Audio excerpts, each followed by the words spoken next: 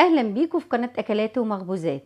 فيديو النهاردة فيديو مختلف جدا، هنشوف فيه طريقة العيش البلدي الجميل اللي قدامنا ده.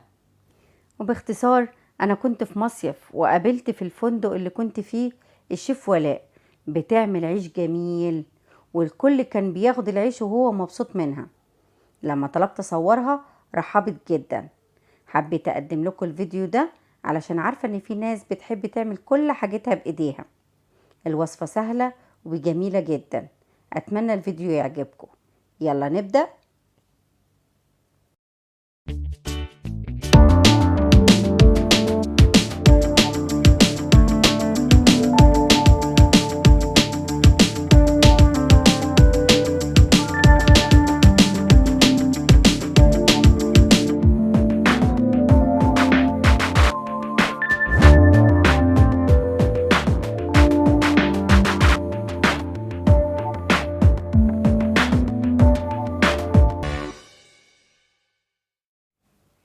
اللي قدامنا العجان فيه 15 كيلو دقيق، وعليهم معلقة كبيرة خميرة ومعلقة ملح.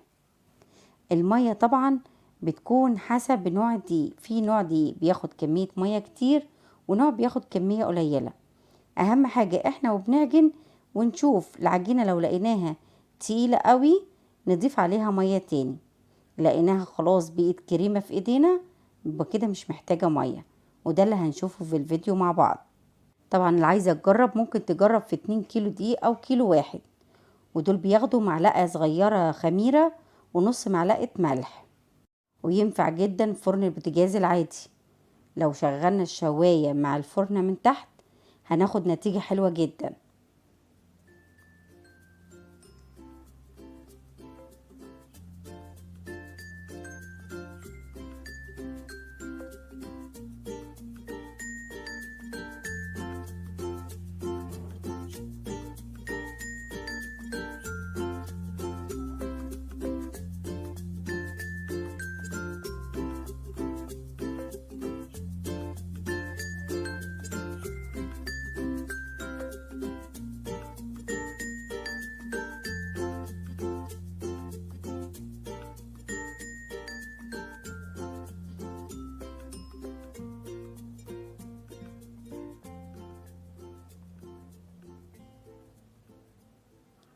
زي ما شفنا هنا احتاج مية تاني، فزود مية وزود معاهم معلقتين زيت.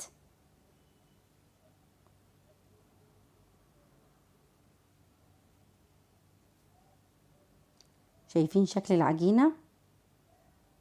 اهم حاجة في اي مخبوزات طريقة العجن، يتعجن كويس جدا هتاخدي نتيجة حلوة جدا.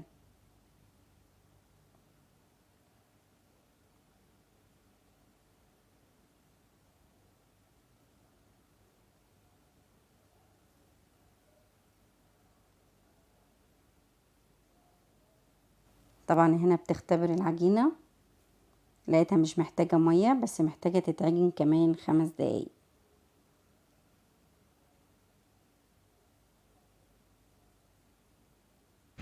طيب بصي دي العجين ميه وزيت عشان العجينه ما تلزقش في ايدينا. بتبلي بها ايدك؟ ببل بها ايدي ميه وزيت. طب قولي لي انت عجنتي العجين ده ازاي؟ مكوناته ايه؟ خميره وميه بس. خميره وميه، مفيش ملح؟ خميره وميه وملح، شويه زيت صغيرين. في العجينه بتحطي زيت؟ شويه صغيرين. يعني دول 5 كيلو دقيق مثلا ولا اكتر؟ دول حوالي 15 كيلو. 15 كيلو دقيق. بتحط لهم قد ايه ملح؟ قلتي قد ايه ال 15 كيلو دقيق حاطه له قد ايه ملح؟ حوالي 30 جرام ملح. 30 جرام. وميه حسب الدقيق ما بياخد؟ حسب ما بياخد، وتكوني انت عايزاه جامد ولا عايزاه تخين قصدك او سايل شويه، في نسبه سيوله.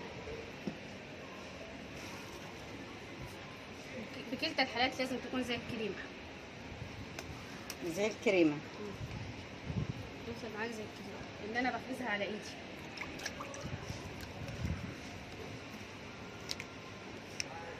انت كل يوم بتيجي تعملي العجين ده ولا في ايام معينه؟ لا، كل يوم. كل يوم. تعملي نفس الكميه؟ ده ايتم كل يوم شغال نفس الكلام ده في العشاء. يعني النهارده هناكل عيش طازه وسخن. ان شاء الله. ان شاء الله. انا ما اكلتش منه على فكره امبارح ولا اول.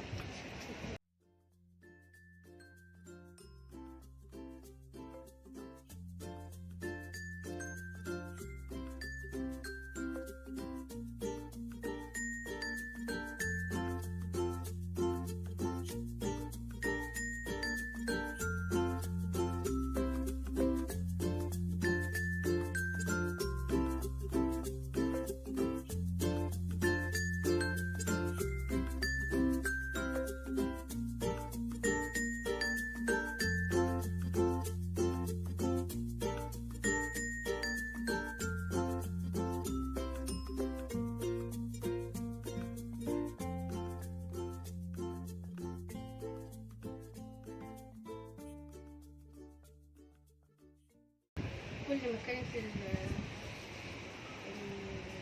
التقطيعة مدورة كويس وكويسة، كل ما اديتك الرغيف مدور. كل ما كانت التقطيعة دي كويسة ومدورة اديتك الرغيف مدور. طب ليه ما بتقطعهاش اكبر من كده؟ هما الحجم ده اللي ماشيين بيه هنا، وفي نفس الوقت المطرحة بتاعتي صغيرة. انت بتقطعيها على ايه؟ المطرحة الصغيرة. على رده؟ رد مخالها.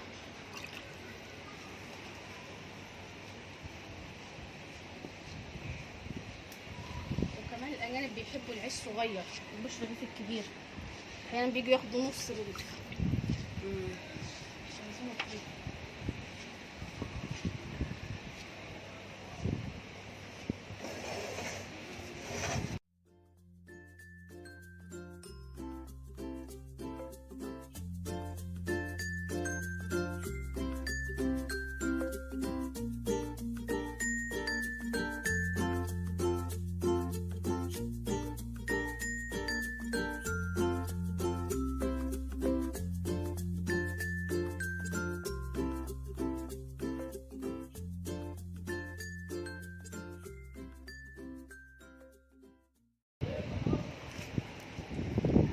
بتاخدي وقت قد ايه تعجني فيه؟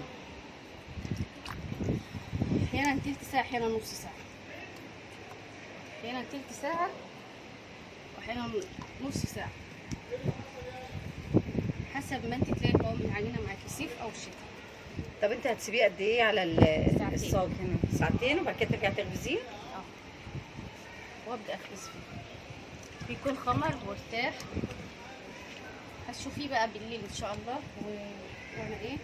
وانا بخبزه تكون مختلفه. لا كبرت كده وارتاح.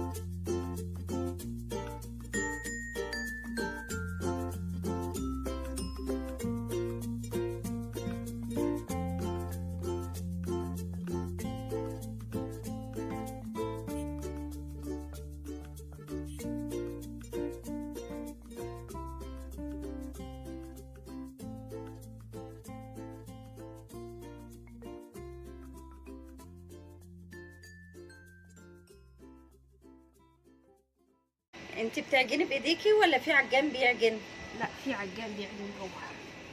يعني انت عجان بتحطي كبير. الدقيق بحط الدقيق والخميره والملح، وبعدين احط الميه واسيبه يشتغل بقى على البطيء وبعدين على العالي، واظبط ميتي معاه بقى شويه بشويه.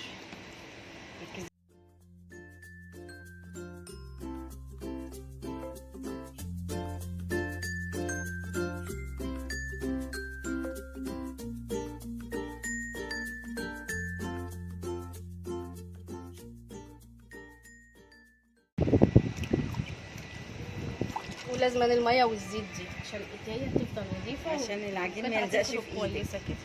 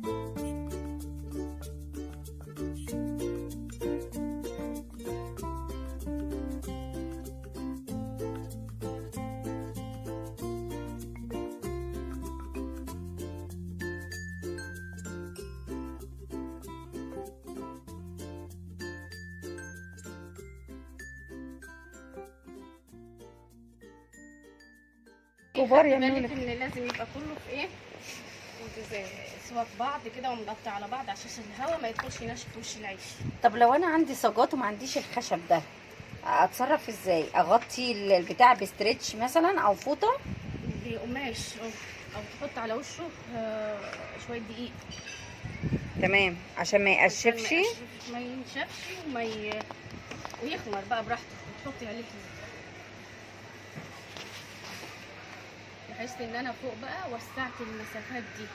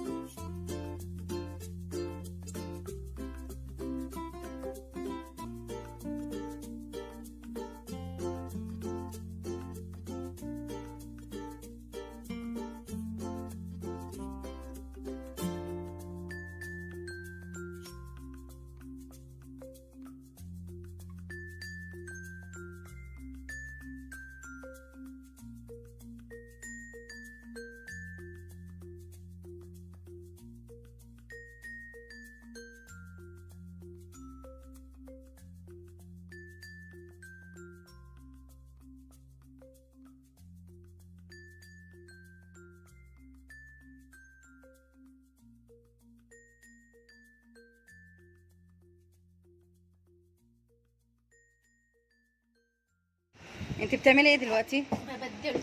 اخر واحده قطعتها بقت اخر واحده تتخبز. اول واحده قطعتها تحت هتبقى اول واحده تتخبز عشان هي بدأت تخمر. عشان نعمل الخميره معاها، وعشان هي اول واحده عشان الخميره بتاعتها تكون ايه بدأت. لازم انقلهم وانقلهم مظبوطين عشان ما نحتاجش. العجين بنسيبه يختمر مرة واحدة بس، اللي هو بعد التقطيع، يعني قبل التقطيع ما بيختمرش. انت هتسيبيه وقت قد ايه؟ ساعتين.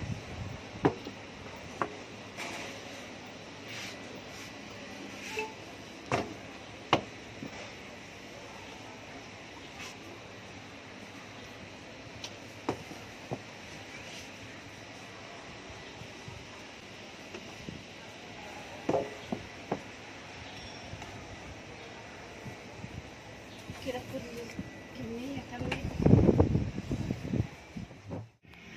كده العجين ابتدى يختمر، نبتدي نخبز فيه. تسلمي تسلمي الف على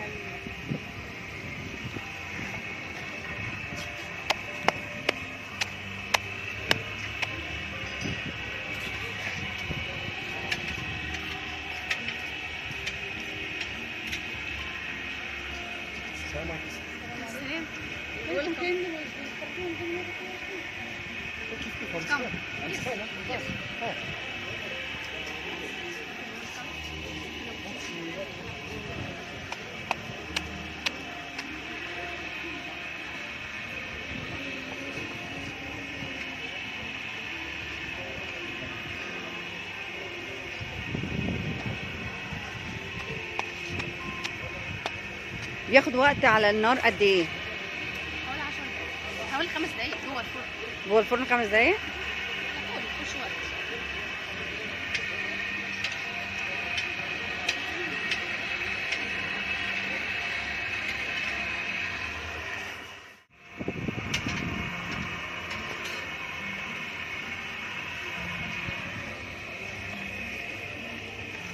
العيش السخن الجميل.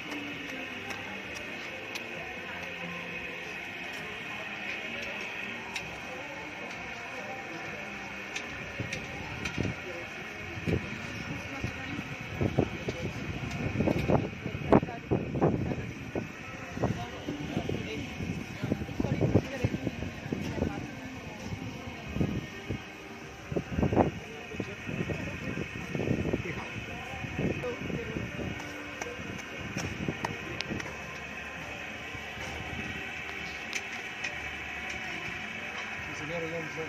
ده شوكولاته. شو سجاير؟ شوكولاته. على وشه وده ده. اه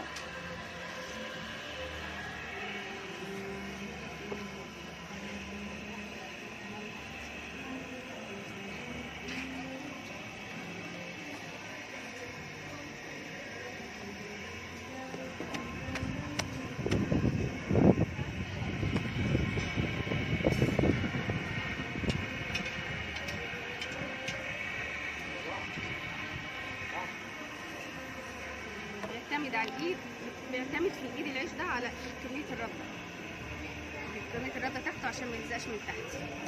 عشان ما يلزقش.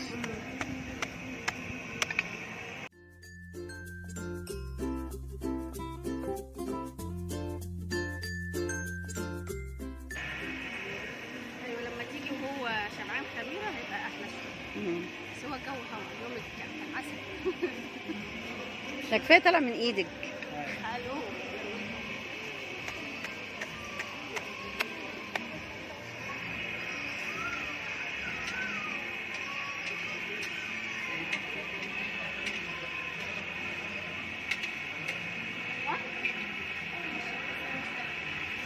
جوه الصوت زي الفل. بص على اللي في الفرن وهاتوها بالطبق.